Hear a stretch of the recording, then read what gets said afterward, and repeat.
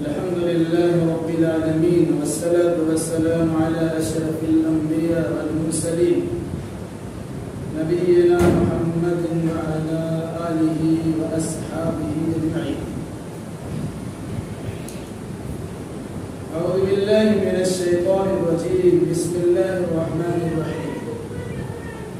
إذا جاءك المنافقون قالوا نشهد إنك لرسول الله والله يعلم إنك لرسوله والله يشهد إن المنافقين لكاذبون اتخذوا أيمانهم جنة فصدوا عن سبيل الله إنهم ساء ما كانوا يعملون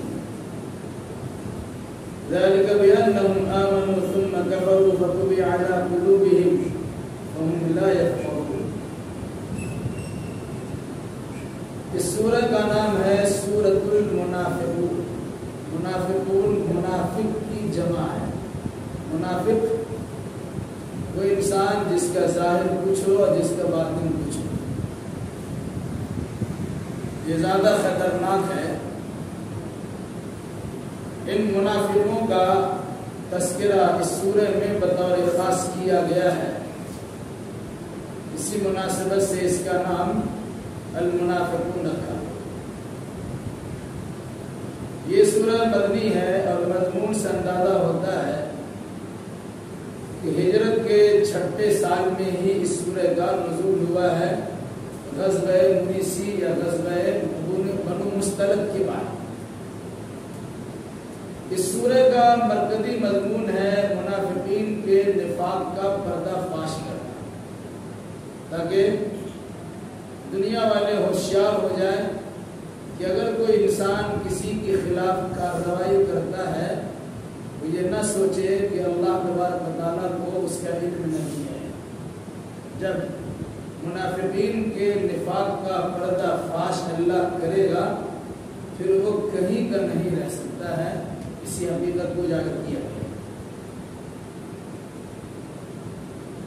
اذا جاءك المنافقون، جب آپ کے پاس منافق آتے ہیں، قالوا تو کہتے ہیں، نشہد ہم گواہی دیتے ہیں، انک لرسول اللہ کہ آپ یقیناً اللہ کے رسول، واللہ یعلم انک لرسولہ، اللہ اچھی طرح جانتا ہے کہ آپ اللہ کے رسول ہیں. واللہ یشہد ان المنافقین لکاذبون، اور اللہ شہادت و گواہی دیتا ہے یقیناً منافقین پکے جھوٹے ہیں. مدینہ میں اللہ کے نبی صلی اللہ علیہ وسلم کا جن لوگوں سے سابقہ پیش آیا تھا، ان لوگوں میں یا تو مدینہ کے مسلمان تھے جنہیں انصار کہا جاتا ہے، یا مدینہ کے کفار مشرکین تھے، یا مدینہ کے ارد گرد پائے جانے والے یہودی تھے. جب اللہ کے نبی صلی اللہ علیہ وسلم مکہ سے مدینہ تشریف لائے، اسی سال عبداللہ ابن ابی، جسے رئیس المنافقین، منافقوں کا سردار کہا جاتا ہے، اس کے سر پر سرداری کی پگڑی بندھنے والی تھی. مدینہ کے لوگ متحدہ اور متفقہ طور سے اپنا سردار عبداللہ ابن ابی کو تسلیم کر چکے، اور ہفتہ عشرہ میں یا کچھ ہی دنوں کے بعد سرداری کی پگڑی ان کے سر پہ رکھی جانے والی تھی. اسی دوران اللہ کے نبی صلی اللہ علیہ وسلم کی مدینہ پہنچو. جب مدینہ کے لوگوں نے رسول اکرم صلی اللہ علیہ وسلم کی ذی وجاہ شخصیت کو دیکھا تو آپ کے سامنے کوئی شخصیت ٹک نہیں سکتی تھی. اس مناسبت سے مدینہ کے لوگوں نے اللہ کے نبی صلی اللہ علیہ وسلم کو سردار متعین و منتخب کر لیا اور عبداللہ ابن ابی سرداری سے محروم کر دیے. جب سرداری اس کی چھینی تو چونکہ اللہ کے نبی صلی اللہ علیہ وسلم نے لیا نہیں تھا، لوگوں نے سرداری آپ کو دی تھی، تو عبداللہ ابن ابی نے مدینہ کے حالات کا جائزہ لیا کہ سب لوگ ان کے فیور میں ہے، موافق ہے، ہم بیچ میں کچھ بولیں گے تو ہماری عزت رہے گی، وہ خاموش ہو، لیکن خاموشی کے ساتھ منافقانہ رویہ اپناتے ہوئے اس نے ایمان قبول کر لیا اور مسلمانوں کا ساتھ قدم بقدم بظاہر دینے لگے، شانہ بشانہ چلنے پھرنے لگے، بلکہ بسا اوقات ایسا بھی ہوتا تھا جس طرح تقریر اور تقریر کرنے کے وقت میں کسی کانفرنس اور جلسہ گاہ میں کسی مقرر کا انٹروڈکشن کرایا جاتا، تعارف کرایا جاتا، اسی انداز سے جگہ جگہ پر یہ عبداللہ ابن ابی اللہ کے نبی صلی اللہ علیہ وسلم کے تعارف کراتا تھا اور آپ کی بڑی فضیلت بیان کرتا تھا۔ مقصد کیا تھا؟ آپ کے دائیں بائیں ہونے کے نتیجے میں، آپ کی مجلس میں رہنے کے نتیجے میں لوگ جان جائیں یہ انسان بڑا خوبی والا ہے اور یہ انسان سرداری کے لائق ہے۔ لیکن اس انسان نے اللہ کے نبی صلی اللہ علیہ وسلم کی مخالفت کی اور جد کاٹنے کی ناپاک کوشش کی۔ اللہ تبارک و تعالیٰ نے اس کے نفاق کا پردہ فاش کر دیا اور لوگوں کو بتا دیا جسے تم سردار چن رہے تھے وہ اس لائق نہیں تھا، سردار چننے میں تم سے دھوکا ہوا تھا، آج اس کی پوزیشن کا اندازہ تم لگا سکتے۔ ایک تیار ہوا انیک تیار، تو شہادت و گواہی دیتے ہوئے کہتے ہیں، ہم گواہی دیتے ہیں کہ محمد صلی اللہ علیہ وسلم اللہ کے رسول۔ بیچ میں جملے مترجہ کے طور پر اللہ کہتا ہے واللہ یعلم انک لرسول، اے نبی اللہ اچھی طرح جانتا ہے کہ آپ اللہ کے رسول ہیں۔ ان کے رسول کہنے سے آپ رسول رہیں گے اور ان کے رسول نہیں کہنے سے رسول نہیں رہیں گے، ایسا نہیں ہے۔ یہ کہیں نہ کہیں، شہادت و گواہی کے طور پر یہ کہنا کہ آپ اللہ کے رسول ہے، ان کی شہادت کیسی ہے، بات مانی جائے گی نہیں مانی جائے گی؟ تو قرآن نے کہا واللہ یشہد ان المنافقین لکاذبون، اللہ گواہی دیتا ہے کہ یہ منافقین جھوٹے ہیں، یہ دعویٰ ایمانی میں سچے نہیں ہے، وہ دنیاوی اغراض و مقاصد کے حصول کے لیے کسی مقصد کے تحت آپ کے سامنے ظاہر ہوئے اور آپ کے سامنے ایمان کا اظہار کر کے مسلمانوں اور مومنوں کی جماعت میں شامل ہونا چاہتے ہیں، ورنہ جان لیجئے یہ منافق جھوٹے ہیں، ایمان والے نہیں۔ اتخذوا ایمانہم جنہ فصدوا عن سبیل اللہ انہم ساء ما کانوا یعملون، ان لوگوں نے اپنی قسموں کو ڈھال بنا رکھا ہے۔ قسم کھا کر کہنا ہم اللہ کے رسول کو رسول مانتے ہیں، اللہ کی قسم ہم بھی مسلمان ہیں، اللہ کی قسم بھی کلمہ پڑھتے ہیں، تو اللہ نے اللہ کے نبی صلی اللہ علیہ وسلم سے اور اہل ایمان سے کہا ان کے قسم کھانے کا بھی اعتبار مت کرنا۔ یہ قسم کھا کر اپنے ایمان کا اظہار کر کے اس قسم کو ڈھال بنا کر آپ کی نگاہ میں اپنے آپ کو باوقار بنانا چاہتے ہیں، یاد رکھیے گا یہ قابل اعتبار نہیں ہے۔ فصدوا عن سبیل اللہ، یہ خود بھی اللہ کے راستے سے رکتے ہیں اور شکوک و شبہات پیدا کرا کے لوگوں کو اللہ کے راستے سے روکتے ہیں۔ مقصد آپ کی مجلس میں رہتے ہیں، جو لوگ آپ کی مجلس سے واقف نہیں ہیں ان کے سامنے جا کے کہتے ہیں ہم تو اللہ کے رسول پر ایمان لانے والے ہیں، ہم ان کے قریب رہتے ہیں، صبح شام ان کے پاس رہتے ہیں، ہمیں معلوم اس مجلس کا حال کیا ہے۔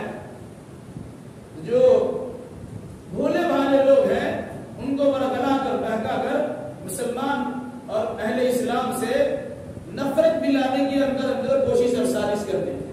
تو قرآن نے کہا ان لوگوں نے اپنی قسموں کو ڈھال بنا کر خود بھی اللہ کی راہ سے رکے رہے اور لوگوں کو بھی شکوک و شبہات پیدا کرا کے اللہ کے راستے سے روکتے رہے۔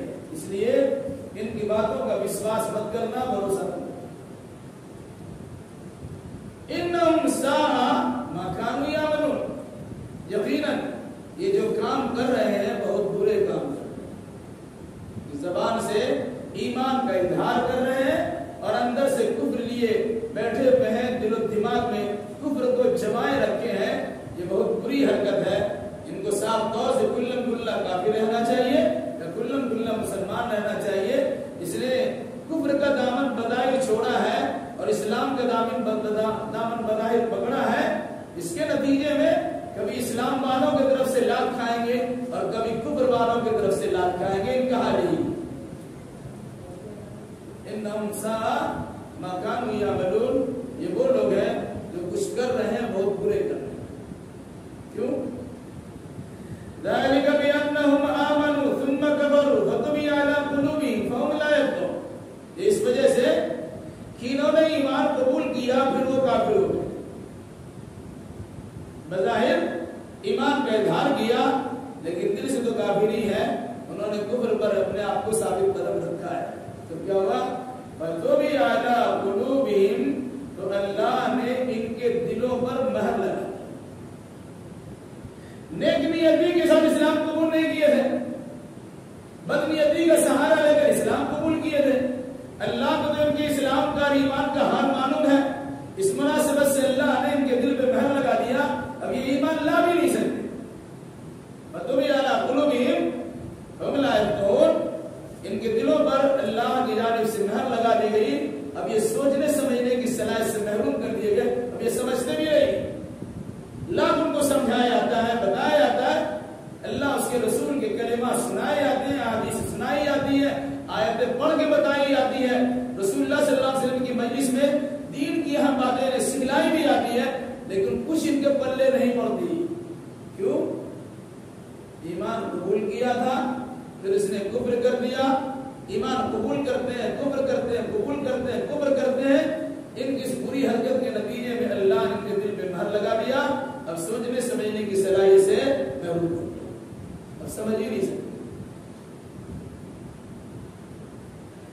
وَإِذَا رَأَيْتَهُمْ تُعْجِبُكَ أَجْسَامُهُمْ وَإِن يَقُولُوا تَسْمَعْ لِقَوْلِهِمْ كَأَنَّهُمْ خُشُبٌ مُّسَنَّدَةٌ يَحْسَبُونَ كُلَّ صَيْحَةٍ عَلَيْهِمْ هُمُ الْعَدُوُّ فَاحْذَرْهُمْ قَاتَلَهُمُ اللَّهُ أَنَّىٰ يُؤْفَكُونَ. اور جب ان کو آپ دیکھیں گے تو جب کا جسام ہوں ان کے جسم آپ کو بڑے اچھے لگیں. وَإِن يَقُولُوا تَسْمَعْ لِقَوْلِهِمْ. اور اگر یہ بات کرنا شروع کریں گے اتنی چکنی چپٹی باتیں کریں گے ان کی بات آپ سنتے ہی رہ جائیں. كَأَنَّهُمْ خُشُبٌ مُّسَنَّدَةٌ. لیکن اس کی اصلی حیثیت کیا ہے؟ گویا کہ جو لکڑی ہے اسے دیوار سے کھڑی کر دی گئی. لکڑی ہے اسے کسی کے سہارے کھڑی کر دی گئی. يَحْسَبُونَ كُلَّ صَيْحَةٍ عَلَيْهِمْ. ہر آواز کو یہ اپنے خلاف ہی سمجھتے ہیں. هُمُ الْعَدُوُّ. یہ دشمن ہے. فَاحْذَرْهُمْ. ان سے دور رہا کرو. قَاتَلَهُمُ اللَّهُ. اللہ انہیں تباہ و برباد کرے. أَنَّىٰ يُؤْفَكُونَ. یہ کہاں گھمائے جائے. منافقین کی دو علامتیں بطور خاص بتلائیں. ایک کیا ہے؟ اذا رأيتهم تعجبك اجسامهم. ان کا ڈیل ڈول، رہن سہن، لباس اتنا اچھا کہ آپ اسے دیکھیں گے ایک نظر میں بھا جائے. آپ اسے پسند کرنے لگیں گے. خراب انسان تو ایسا نہیں ہو سکتا، اتنا صاف ستھرا ہے. اور جب بات کرنا شروع کریں گے، یہ بات جو بناتے ہیں تو آپ کو اپنی باتوں میں اس طرح موہ لیں گے اب ان کی بات سنتے ہی رہ جائے. لوگ اگر ان کے خلاف کچھ بولے گے اور کہیں گے بھی اب ان کی سنیے گے نہیں بلکہ اسی کی بات سنتے رہیے. لوگ آپ بتائیں گے یہ جسم سے بڑے اچھے لگیں گے اور جب بات کریں گے تو بڑی چکنی چپٹی باتیں کریں گے جس کی بات آپ سنتے ہی رہ جائیں. اور ان کا حال کیا ہے؟ کانہم خشب مسندہ. ایسے ہیں جیسے کہ لکڑی ہو اسے دیوار سے سٹا کے کھڑا کر دی. اس کو اس طرح تعبیر کیا گیا کہ انسان ایک لکڑی کو دیوار سے سٹا دے. اپنے گھروں کے انسان سے جاتا ہے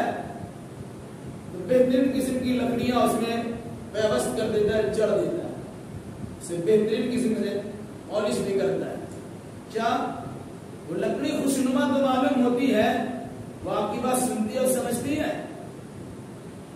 کہاں ان کی حالت یہی ہے کہ اللہ کے نبی صلی اللہ علیہ وسلم کی مجلس میں آتے ہیں, وہ ٹیک لگا کے بیٹھتے ہیں, ایسا ٹیک لگا کے بیٹھتے ہیں جیسے لکڑی کھڑی کر دی گئی ہو, نہ لکڑی میں کسی سنوائی کا کوئی اثر ہوتا, اسی طریقے سے اس کے اوپر بھی کسی قسم کا اثر نہیں ہوتا اگر اللہ کے نبی صلی اللہ علیہ وسلم کی باتیں کیوں. دوسری بات, کانہ خوشبو مسندہ, لکڑی کا پٹارا بنایا تھا, اندر خالی ہے, اوپر سے اس کو سجا دیا ہے. اس کی سجاوٹ کے نتیجے میں انسان سوچتا ہے اس کے اندر بہت کچھ ہے, لیکن اس کا پردہ ہٹا کے دیکھیے, وہ چمکنے والی چیز کو اتار کے دیکھیے تو پتا چلے گا وہ پٹانا ہے خالی, اس میں کچھ نہیں ہے. کہا علم نافقین کا حال یہ ہے کہ بولتے تو بہت ہے, بکتے بہت ہے, بظاہر خوشنما بھی معلوم ہوتے ہیں, لیکن ان کے اندر ایمان کی چاشنی نہیں ہے, ان کے اندر ایمان جاگوزی نہیں ہے, ان کے اندر ایمان و عقید, ایمان عمل کا صحیح عقیدہ و نظریہ نہیں ہے.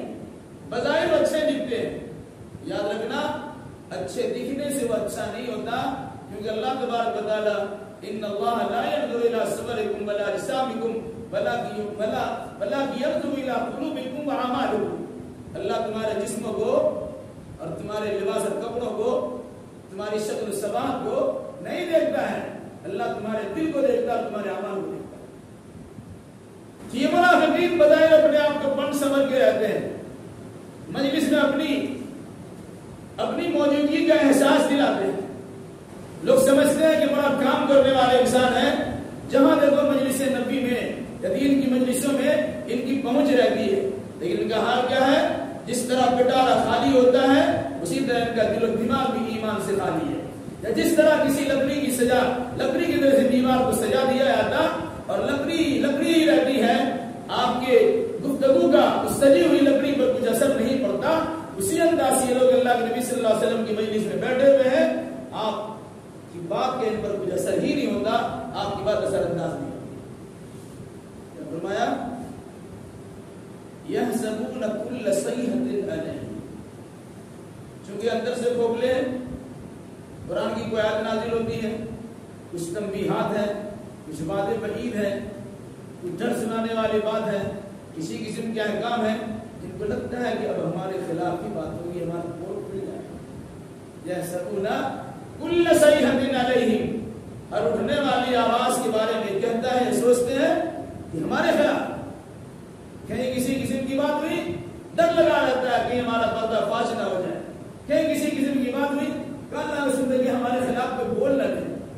یہ ڈر اور خطرہ اس لیے لگا ہوا ہے کہ ایمان مخلص نہیں ہے.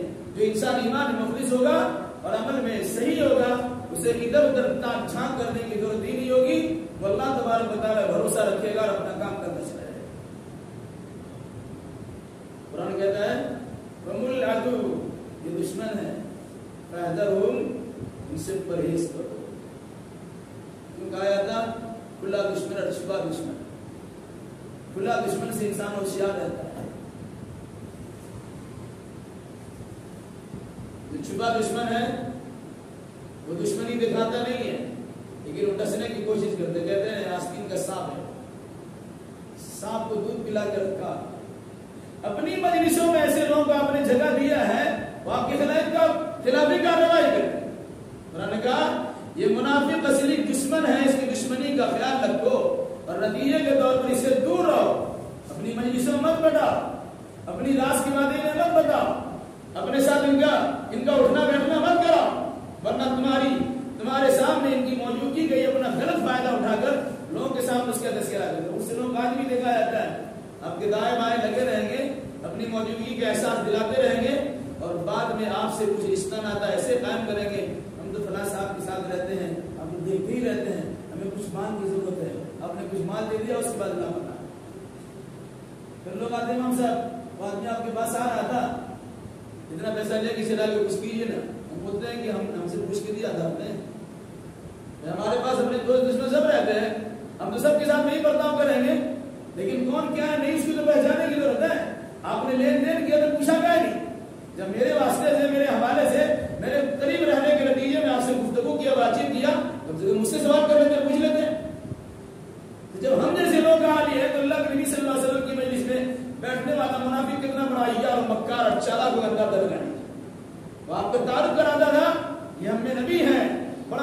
کے حامل ہیں.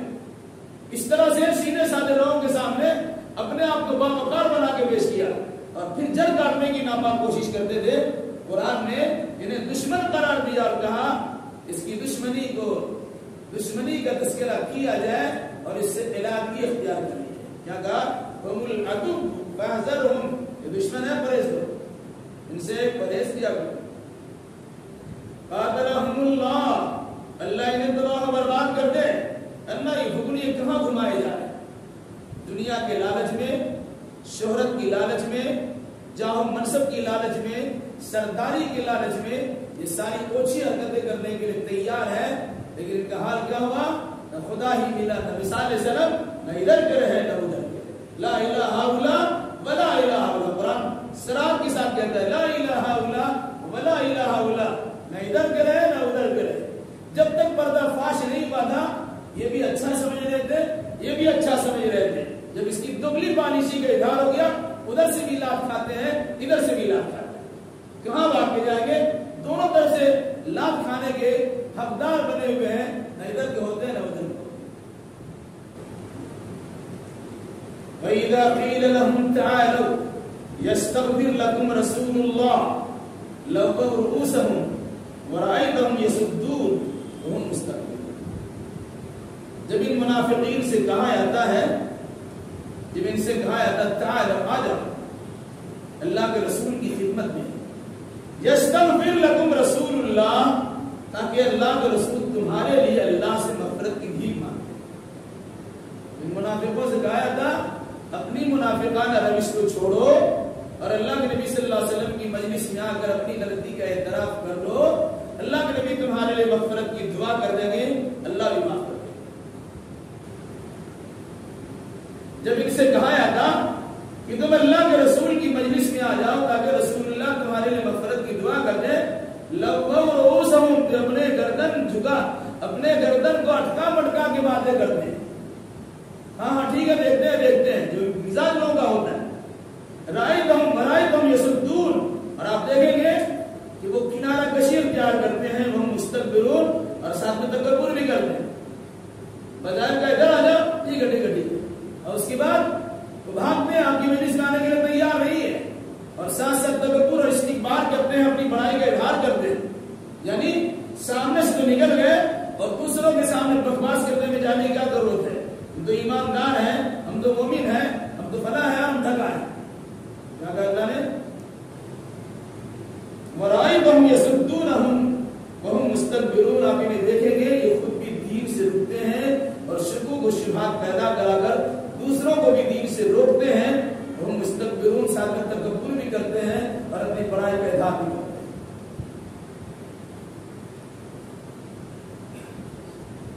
سواء علیہم استغفرت لهم ام لم تستغفر لهم لن یغفر اللہ لهم ان اللہ لا یهدی القوم الفاسقین. بڑی خطرناک بات ہے.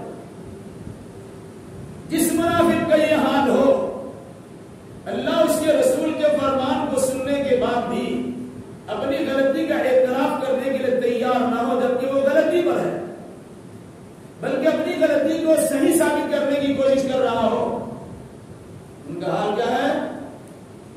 سواء علیہم، ان پر برابر ہے، استغفرت لهم ام لم تستغفر لهم. اے نبی آپ ان کے لیے مغفرت کی دعا کیجئے نہ کیجئے، لن یغفر اللہ لهم، اللہ ان کو معافی نہیں کرے گا. کتنی خطرناک بتائیے. کافر اگر توبہ کر لے اللہ اسے بخش دیتا ہے. کہا یہ لوگ اس پوزیشن میں پہنچ چکے ہیں، سارے سے دو چار ہو چکے ہیں کہ اللہ اسے معافی نہیں کرے. اور اس کا اندازہ آپ قرآن مقدس کی سائنس سے لگائیے جس کا تذکرہ قرآن نے سورۃ البراءت میں کیا، سورۃ توبہ میں کیا.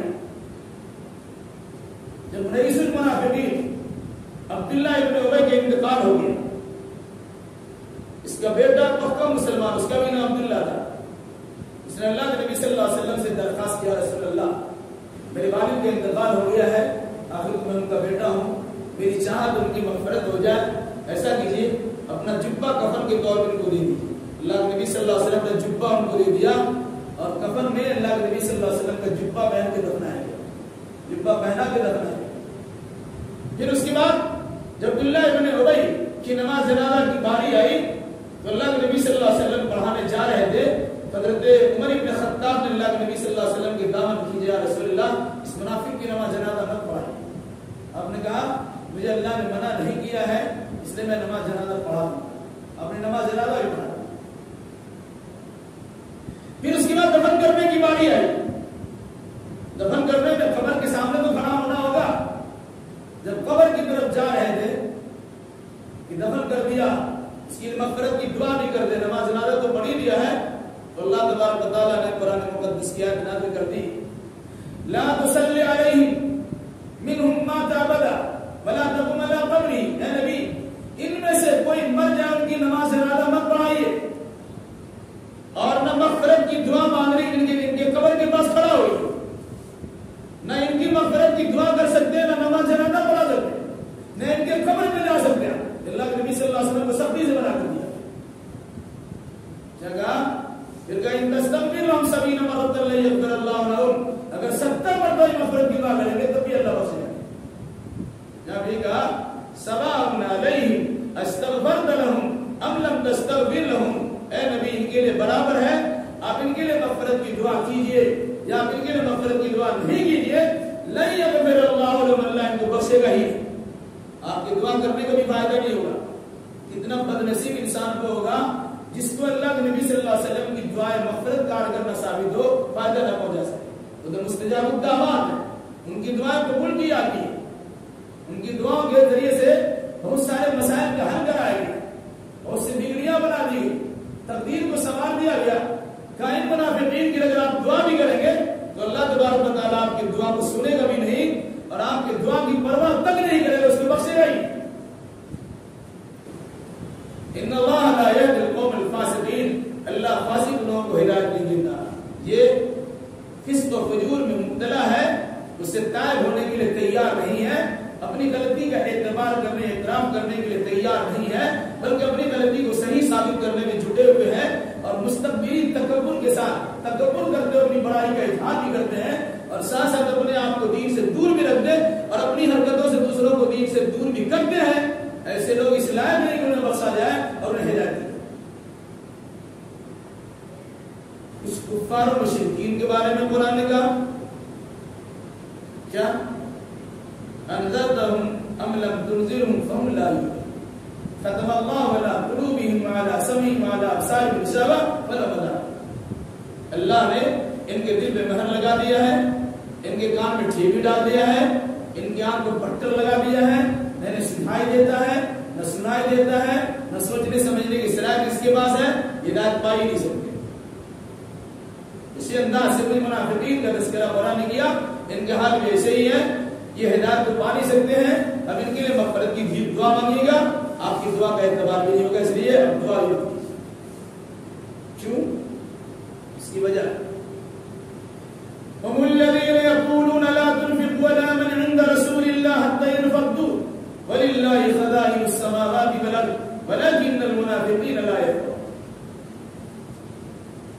وجہ کیا ہے؟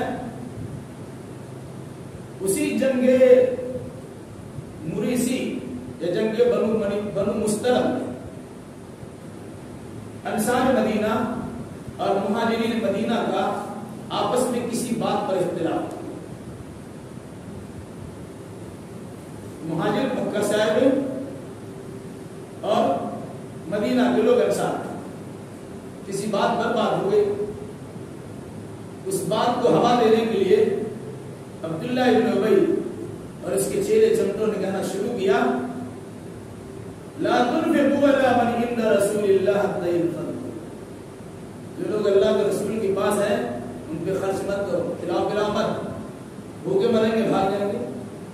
تم انصار ہو، کھلاتے پلاتے ہو، گھر بھی دیے ہو، در بھی دیے ہو، دکانداری میں شامل کیے ہو، اخوت اور بھائی چارہ کا پورا تم نے اہتمام کیا ہے. نتیجہ دیکھ لو، باہر سے آ کر کے تمہارے خلاف کارروائی کرتے ہیں، تمہیں گالی گلوچ کرتے ہیں، تمہارے کھا کے موٹے بستے موٹے ہٹے کٹے مشتندے ہوئے اور تمہیں سے لڑتے جھگڑتے ہیں. سنو، ایسے لوگوں پر خرچہ مت کرنا. یہ لوگ مفت خوری کرتے ہیں، اللہ کے نبی کی مجلس میں بیٹھے ہوئے کھاتے پیتے کھانا مل جاتا ہے، اس لیے پڑے ہوئے خرچ مت کرو. مانگ جائے کیا کہا؟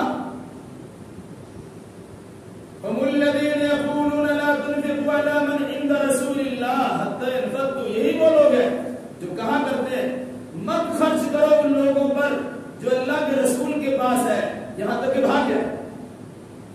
کھانا ملتا تبھی تو بڑے ہوئے ہیں. یہ اصحاب صفہ کی جماعت جو کوئی کام نہیں کرتی ہے، جن میں کوئی کام کرنے والے افراد نہیں ہے، یہ آپ کی بات کو سنتے ہیں اور قرآنی آیات کو سن کے یاد کرتے ہیں. کہ کام تو یہی ہے. آپ کے یعنی مسلمان انصار مدینہ کے خرچے پر یہ لوگ پڑتے ہیں اگر کھانا پینا بند کر دو بھاگ جائیں گے. مسئلہ صاحب یہ اندر کی عقوبت، اندر کی عداوت و دشمنی ان کی زبان سے نکل گئی. آج بھی لوگ ہیں مدارس اسلامیہ میں خرچ مت کرو، اللہ بھاگ جائیں گے. دین کا معاملہ الٹا سیدھا ہونے دو. ادھر ابھی تو اسی ذہنیت کے لوگ موجود آج بھی ہیں. قرآن نے کیا کہا ہے کہ جو لوگ صحیح دین پر چلنے والے پہ خرچ کرتے ہیں، آپ نے کوئی خرچ کرنے کا حق ادا کیا، وہی لوگ زیادہ مستحق ہے. وہ سفید پوش ہو سکتے ہیں، وہ یہاں اصرار کے ساتھ چمٹ کر آپ سے مانگتے نہیں ہے، وہ مستحق ہے، لیکن ان کی زبان کھلتی نہیں ہے. آپ کی ذمہ داری ہے اپنے صدقات و خیرات کے لیے اور زکات و عطیات کے لیے ایسے انسان کو کھوجیے اور ان کے پاس پہنچ کر ان کی مدد کیجیے. لیکن منافقان رویہ رکھنے والے اور ایسی ذہنیت سے دو چار افراد اللہ کے نبی صلی اللہ علیہ وسلم کی مجلس میں بیٹھ کر دین سیکھنے والے مہاجرین صحابہ کے خلاف اس قسم کی عداوت و دشمنی کی بات کرتے تھے. آج کرتے تو کون سی بڑی بات ہے. کیا کہا؟ یہی وہ لوگ ہیں جو کہتے ہیں لا تنفقوا علی من عند رسول اللہ، جو لوگ اللہ کے رسول کے پاس ہیں ان پر خرچہ مت کرو، کھلاؤ پلاؤ مت. کیوں نہیں کھلاؤ گے تو کیا ہوگا؟ حتی ينفضوا، یہ چھوڑ کے بھاگ جائیں گے. مکہ سے آ کر ہمارے اوپر راج کر رہے ہیں، ان کے دائیں بائیں کچھ لوگ اسی لیے تو یہ لوگ چلے جائیں گے، اکیلے بن جائیں، اکیلے رہ جائیں گے، یہ بھی سپورٹ کسی کا نہیں ملے گا، خاموش ہو جائیں گے. اس لیے جو ان کے پاس ہیں ان کو کھلاؤ پلاؤ مت، یہ چھوڑ کے چلے. قرآن کیا کہتے ہیں؟ جو انسان خرچ کرنے کے بعد یہ سوچتا ہے کہ کوئی انسان ہمارے خرچے پر پلتا ہے، وہ سنیں وَلِلَّهِ خَزَائِنُ السَّمَاوَاتِ وَالْأَرْضِ وَلَكِنَّ الْمُنَافِقِينَ لَا يَفْقَهُونَ. آسمان و زمین کے خزانے تو اللہ کے پاس ہے، لیکن ان منافقین کو سمجھ میں نہیں آتا ہے. تم ایک دروازہ بند کرو گے 70 دروازہ اللہ کو. بہت سے لوگ ہیں مساجد اور مدارس کے خلاف پردہ سرائی کرتے ہیں، ایسا بند کر دو ویسا بند کرو، بند دو، دیتے بھی نہیں پھر بھی بکواس کرتے ہیں کہ مدارس بند ہو گئے، کہ مسجدوں میں تالے پڑے ہوئے ہیں، کہ مساجد کے کام نظام چلتا نہیں ہے. در حقیقت ان کے اندر کی رعونت ہے، دشمنی ہے، عصبیت ہے، تک نظری ہے، بیماری ہے، بغض ہے، حسد ہے، کینہ اور کپٹ ہے جو کبھی کبھی ان کے زبان سے ظاہر ہوئے ہیں. یہ ان منافقین کا روش ہے جو اللہ کے نبی صلی اللہ علیہ وسلم کے زمانے میں تھے، جس کے بارے میں قرآن نے وعدہ تھا اس کے پردہ فاش کرنے کے لیے سورہ ہی بنا دیا جس کا نام رکھا سورۃ المنافقون. جگہ جگہ تو تذکرہ کیا ہی ہے، لیکن اس سورہ میں بے لام تذکرہ کیا ہے ان منافقین کو. کہا وَلِلَّهِ خَزَائِنُ السَّمَاوَاتِ وَالْأَرْضِ، آسمان و زمین کے خزانے کی کنجیاں تو اللہ کے پاس، اللہ کے پاس ہے، سارا خزانہ تو اللہ ہی کے پاس ہے. لیکن منافق یہ سمجھتے نہیں ہیں. اگر جس دن سمجھ جائیں گے اس قسم کی حد سرائی نہیں کریں گے، بکواس ہی نہیں کریں گے. بھائی کوئی کسی کے دانے پر پلتا نہیں ہے. اگر آپ کے جیب سے نکلتا ہے روپیہ اور کسی غریب و مسکین تک پہنچ جاتا ہے تو آپ کو اللہ تبارک و تعالیٰ کا احسان مند ہونا چاہیے اور اس انسان کا بھی شکر گزار ہونا چاہیے کہ اللہ نے آپ کو توفیق دی اور اللہ نے اس انسان کو توفیق دی. اس نے خرچ کیا، اس نے قبول کیا. وہ چاہتا تو آپ کی بات، آپ کے پیسے کو آپ کے منہ پر مار سکتا تھا اور آپ کی بے عزتی کر سکتا تھا، لیکن اس نے قبول کر لیا. اس کے قبول کرنے کا شکریہ ادا کرو اور اللہ تبارک و تعالیٰ نے خرچہ کی توفیق دی ہے تو اللہ تبارک و تعالیٰ کا شکریہ ادا کرو. ورنہ کوئی کسی کے دانے پر اور کھانے پر اور پیسے پر بلتا ہوتا نہیں ہے. اگر کوئی سوچتا ہے تو غلط سوچتا ہے. انما ترزقون بضعفائکم، اللہ کے نبی نے فرمایا کہ تم کو جو روزی ملتی ہے نا وہ تمہارے کمزور لوگوں کی بنیاد پہ ملتی ہے. حدیث آپ کے سامنے رہنی چاہیے. دو بھائی تھے، ایک بھائی اللہ کے نبی صلی اللہ علیہ وسلم کی مجلس میں آ کر دین سیکھتے تھے، دوسرا بھائی دکان کاروبار کرتے تھے. ایک دن بھائی نے کہا کہ ہمیشہ ادھر چلے، آپ کو دکان کون دیکھے گا. اس قسم کی باتیں ہوئی. اللہ کے نبی صلی اللہ علیہ وسلم کو خبر پہنچا، نے فرمایا سنو تم کو جو روزی مل رہی ہے کسی کمزور کی وجہ سے روزی مل رہی ہے. دین کی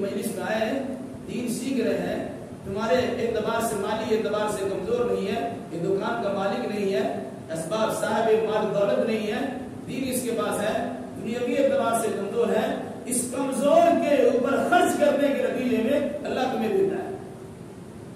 بچوں پہ خرچ ہوتا ہے کمزور ہے، بوڑھوں پہ خرچ ہوتا ہے کمزور ہے، غریب و نادار پہ خرچ ہوتا ہے کمزور ہے. قرآن نے کہا کہ اللہ کی بھی فرمایا ان کمزوروں پہ خرچ کرو گے تو اللہ تم کو دے گا.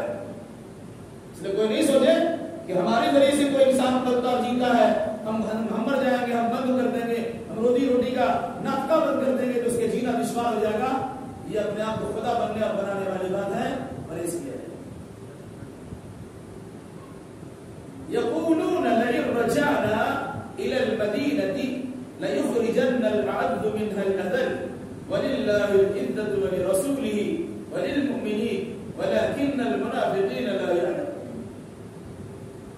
یہ لوگ کہتے ہیں اگر ہم لوٹ کر مدینہ پہنچ گئے، اسی جنگ کا موقع پر بات ہو رہی ہے جو انصار اور مہاجرین کے درمیان کسی بات کے اختلاف ہو گیا اور انسان نما شیطان نے اسے ہوا دے دیا اور اسے انصار اور مہاجرین کے درمیان زبردست اختلاف کی بنیاد بنا کے کھڑا کر دیا. تو ان منافقوں کہنے کا موقع ملا ہی تو خرچ کرتے ہو، کھلا پلا کے رکھتے ہو کہ سب من کر بکتا کرو گا، کتا کو کھلا کے موٹا کرتے ہو وہی تم کو کام لیتا ہے.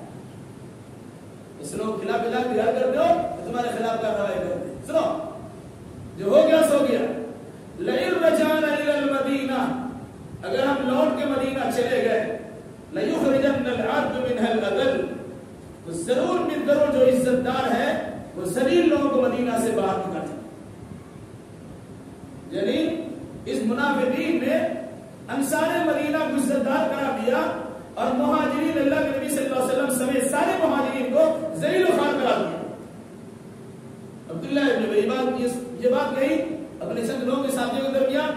ایک چھوٹے صحابی تھے، انہوں نے اللہ کے نبی صلی اللہ علیہ وسلم نے شکایت کر دی، کہا ایسا ایسا بول رہا. تو اللہ کے نبی صلی اللہ علیہ وسلم نے اس کو بلا کے پوچھا عبداللہ ابن ابی سے تم نے ایسا کہا ہے، یہ خرچہ مت کریں گے تو بھاگ جائیں گے، تم نے ایسا کہا ہے ہم لوگ عزت دار ہیں اور یہ مہاجرین ذلیل و خوار اس کو بھگا دیں گے. تو عبداللہ ابن ابی انکار کر دیا. جب انکار کر دیا تو اللہ کے نبی خاموش ہو گئے اور اس صحابی رسول کو بڑی تکلیف ہوئی کہ سچی بات ہم بتا رہے ہیں لیکن یہ جھٹلا ہے. اللہ تبارک و تعالیٰ کو اس صحابی رسول کی طرح ایسا زیاد بن رقم ہے اس پر ان کو ترس آیا. قرآن مقدس کی سورہ نازل ہوئی.